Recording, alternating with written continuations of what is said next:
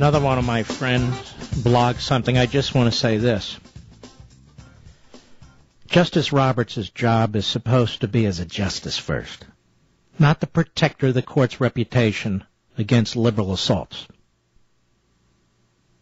Let's just be clear about that, too.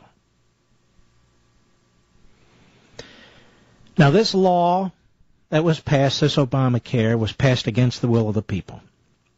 Roberts talks about the representatives of the people. The representatives of the people, really? Did any of you people get to read this law before it was voted on? Not one of you did. Not one of you. Were there hearings on this law? The final product? There wasn't a single hearing.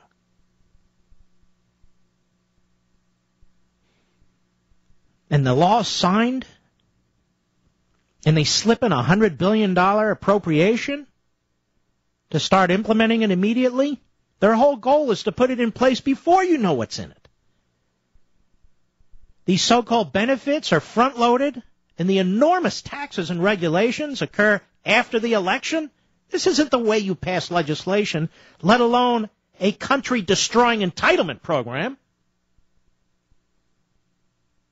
I mean, really, Chief Justice, representative? This was representative of the people? Well, the people did it. That doesn't mean it's representative when politicians behave like thugs. And what did the people do in November 2010? As soon as the people could get to this temporary Democrat majority, they threw Pelosi out as Speaker of the House, largely because of this, and almost took back the Senate for the Republicans. Did you notice that, too? Tyranny moves fast, ladies and gentlemen, and it's hard for those of us who are Democrats, little d, to catch up with it. The problem is, if this law is instituted in a significant way, it won't be possible to pull it up by the roots, because the roots will be infinite. And let me tell you something. If Romney wins and the Republicans win both houses, which is what we hope to accomplish here, isn't it? By redoubling our efforts. Mark, we're always redoubling our efforts. Sorry, folks. That's the way it is. When I think about a 19-year-old in Afghanistan having to deal with what the hell's going on over there, doesn't make it look so horrible in terms of what we have to do over here, does it? But the bottom line about this Obamacare law, Obama likes to make predictions. In 5 years, we'll look back. In 5 years, we'll look back and say, what the hell did we do? And we're also going to look back, and you know what? You're going to hate this law. You're going to suffer under this law. You're going to be denied care. You know, Obama talks about insurance companies denying you care. Anybody ever go to the VA? Do they ever deny care? Yes. Does Medicare ever deny care? Yes. Does Medicaid? Yes. Does the S-CHIP program? Yes. No, only insurance companies deny stuff. Now wait until the government gets a hold of this. You're going to be denied care. You're going to be spending more for your policies. And you're going to be dealing with bureaucrats. And you'll have no appeals. You're going to be swamped by red tape and paperwork. Because that's what the government does. Creates red tape and paperwork. Well, my insurance company does it now. Because it's imposed on them. You're going to suffer from long waiting lines that most of you don't suffer from right now. They do in Europe. Months and months and months for heart surgery. Your care is going to be rationed. We already know that. They set up this Politburo with 15 so-called mastermind experts. You senior citizens, your care is going to be rationed. Prices are going to be fixed. There are going to be fewer doctors because people aren't going to want to spend 19, 20, 21 years in education, going broke with student loans to be doctors anymore. There are going to be fewer nurses.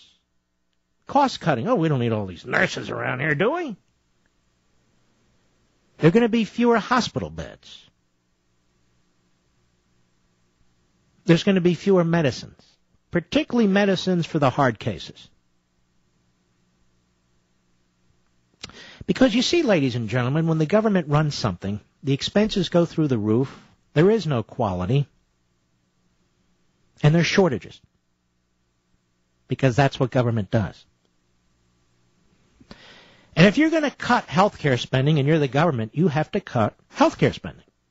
So you're not going to cut spending on people who are healthy because they're not spending anything. They're going to cut spending on the elderly, the long-term ill, babies and young people with significant long-term diseases, because you folks, if you know these folks, you're the biggest cost on the system. Or as the bureaucrats like to say, you're the drag on the system. All kinds of second-guessing about dental care. What do you need dental care for? You're 83, eat applesauce. Hip replacements, knee replacements. They're going to have all kinds of formulas the way they do in Britain and France and these other so progressive countries. At the same time, we're going to have open borders. Come on in, everybody. Especially your children. Come on in. What are you going to do? Deport them? No. So the welfare state gets bigger and bigger for more and more people. The population grows older and older, more and more illiterate, poorer and poorer. Get my drift? Oh, yes, I think you do. And all under the name of compassion and fairness, equality. It's a magnificent thing, you know. So Nancy Pelosi, there's a big article in Political. Well, not big, but big enough. She was so thrilled with this victory. I think even she was stunned at John Roberts and the stupidity of his opinion. But what do I know? And Politico reports one of the first phone calls she made was to Vicki Kennedy, the widow of former Senator Ted Kennedy, who spent his lengthy career in public service championing universal health care, according to an aide.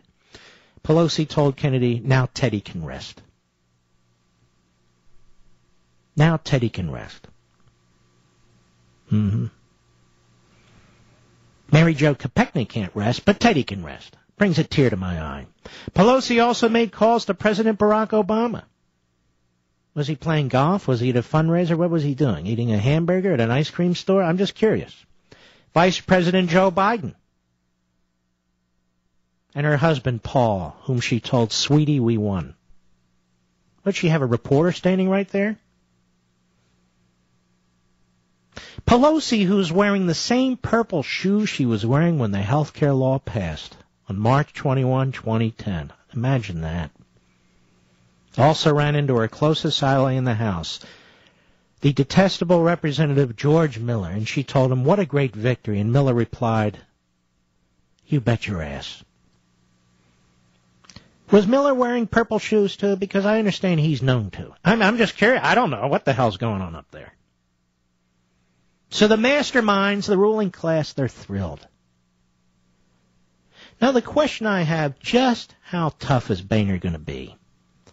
We're going to have a vote to repeal. Now, ladies and gentlemen, understand something. They already voted to repeal. So if they have a straight-up vote to repeal, Obamacare is not repealed. Well, Mark, what else can they do? Let's think.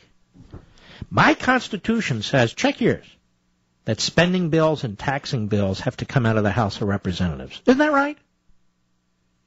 Is that part of the Constitution still working? Well, actually, no. But anyway, it's in there. I have an idea. How about attach something to a bill that has teeth, that takes some kind of significant step in stripping Obamacare? Well, we can't do that. Oh, that's right, you can't do that. I forgot. You're Boehner. Instead, let's just have a vote to repeal Obamacare, send it over to the Senate, where it'll die, and pretend we're doing something effective. We can do that. Oh, that's right. We'll do that. Now, folks, we do have to work our butts off to defeat Obama and to elect as many conservative Republicans as we can, with the stress on the word conservative. But I fear we're also going to have to take a very close look at some of this Republican leadership, as I've been saying for months, with Boehner at the top of the list. He's just not into the fight. He's just not. They had a vote today in the House of Representatives on contempt. They voted on the same day of the Obamacare decision. Now, why did they do that? To make it story number 2, 3, or 4. That's why. Because that's what Boehner wanted. That's what Cantor wanted. What's the number 3 jerk's name? I can't remember his name. McCarthy, I think his name is. Yeah. This is very, very important. But we're going to have the vote a few hours after the court rules on Obamacare, on contempt, and then a few hours after that we'll vote on a resolution to empower ISA. You know these 3 Republican leaders, such as they are, you know they obviously don't care for ISA and what he's doing. And by the way, Speaker Boehner, you know that memo you put out, no spiking the ball? Does anyone know, did Nancy Pelosi put out a similar memo to her group of liberal drones and zombies and tell them not to spike the ball? Well, if she did, I haven't read it. Have you? So they're spiking the ball all over the place. And what are we doing? Now, folks, I don't know about you, but I do know about you. I'm going to be very blunt about this. I could not be more pissed off. I am sick and tired of a handful of people screwing up my country. I am sick and tired of playing this fan dance over the Constitution like it's so complicated and we don't know what it says. And all these clever people can twist, this clause and that clause. Look at this. We can twist this word up. It was meant to be attacked. I am so sick and tired of the deceit. Think this is some damn game? Look at how it works. They pass this law. We don't even get to know what it says. The law applies to us. It's our country. It's our money. It's our health care system. But we're kept in the dark. Obama lies through his teeth about the law. It's litigated one court after another. It finally gets to the Supreme Court. They want 4 issues briefed, 4 issues argued, and the Chief Justice decides it on a 5th issue. Where you have to be out of your mind to follow his decision. Where the English language doesn't apply anymore. Penalty, tax, penalty. And the people in the Beltway having a fine debate with each other. Well, wasn't he clever? Oh, Roberts is a good guy. What are you talking about? The country's going to hell. This isn't funny. We didn't win a damn thing today. Nothing. Now, you and I, we have to take this country back. It's hard work. It's daunting. We have to take this country back. If you love your family, you're going to help take this country back. And anybody who supports this law and anybody who pretends this is some great ruling must be defeated. Because this law is an attack on you, on your liberty. And it empowers the federal government like no law I have ever seen. I still haven't read the damn thing, 2,700 pages. They're pushing out regulations every day. Nobody has.